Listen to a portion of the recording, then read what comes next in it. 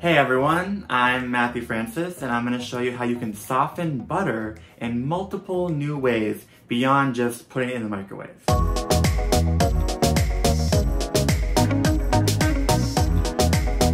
Oftentimes in the kitchen, if you're really busy or you have guests over or there's just a lot of stuff going on, it's really hard to plan ahead. If you've tried to use ice cold butter, it does not work. It's really important to have it be soft and still malleable. So what officially constitutes softened butter? Well, it's butter that can still hold its shape, but will dent when you press it.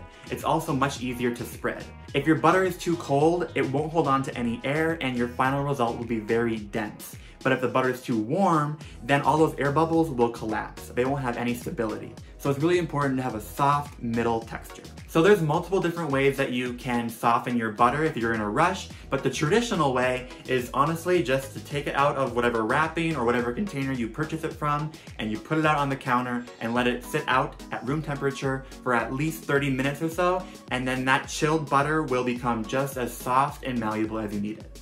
But if you have a sudden urge or a need to bake and you don't have time to soften your butter the traditional way, here are some alternative methods that will suffice. To soften your butter, you can cut it into cubes, you can pound it out, you can grate it, or you can soften it over the stove.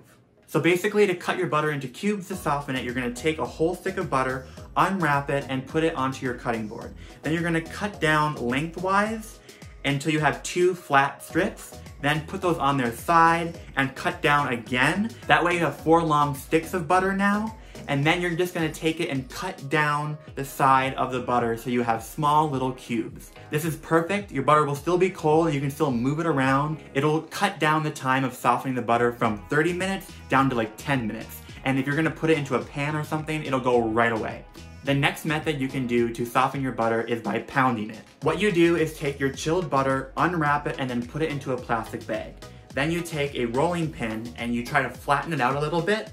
And then you take the butter that was once a stick that's now kind of a flattened little sheet, and you can roll it out even more. And then you'll realize that your cold stick of butter is now a sort of flattened piece of butter dough. And you can roll it out even thinner, and that again is increasing the surface area. And then all you have to do is take like a knife and scrape out the warm, softened butter from the bag, and you're good to use it for your recipe.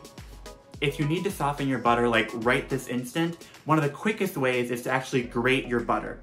What you do is take your butter out of the fridge or the freezer, unwrap it a little bit, and save a little of the paper on the end so you don't hold on to the actual butter itself. You take your butter and you grate it on the largest of the holes, and you'll see that it's creating a lot of friction, so it will start to soften and warm up right away. You'll end up with some shredded pieces of butter. It's still cold enough to keep its shape, but it's definitely more warm, and then you can use it in your recipe right away.